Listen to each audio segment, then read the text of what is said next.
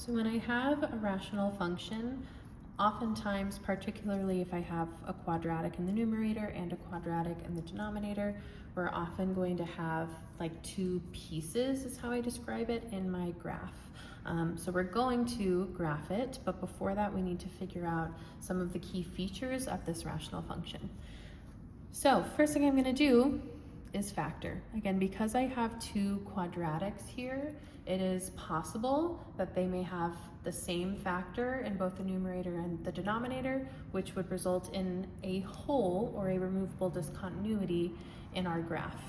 So let's go ahead and factor this. So in the numerator, this would factor as, let's see, 10, so factors would be 5 and 2, so that's going to be x plus 5 and x minus 2 over, in the denominator I have a difference of two perfect squares here. 4 is a perfect square, so that means it would factor as x plus 2 times x minus 2.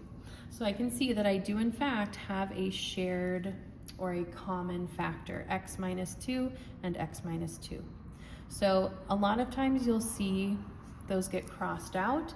It's just important to realize we're doing that to indicate there's a removable discontinuity here, and the remainder is going to show us or help us determine what this graph would look like. But we can't forget that this x minus 2 is going to tell us where the hole is going to be located. The remaining pieces here are going to tell us about the asymptotes.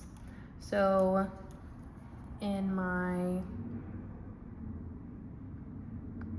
denominator, the leftover factor here that cannot be canceled out, that is not also a factor in the numerator, that x plus 2 is going to tell me where I have a vertical asymptote.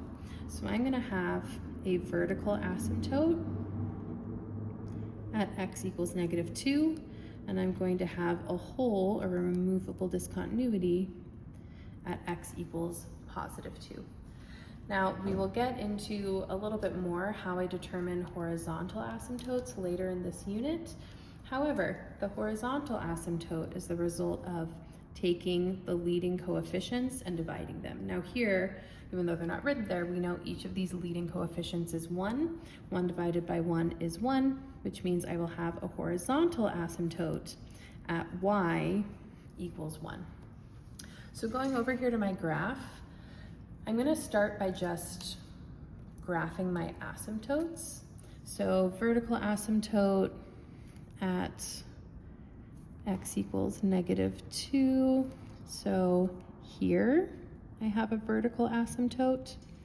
And then my horizontal asymptote is at y equals positive 1.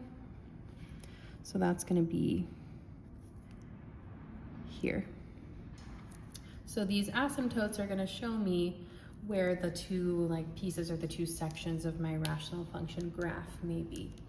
So for the graph, because I have positive leading coefficients here, and I could plug in a couple of points to test this as well. So for instance, let's plug in 0 for x, because that would be easy to determine. If I plug in 0 here, I'm going to get 5 over 2, or 2.5. So that means my y-intercept is here at 2.5. So that means the first section of my graph is going to be in this area. Oh, that pen is not working very well. The first section of my graph is going to be in this section.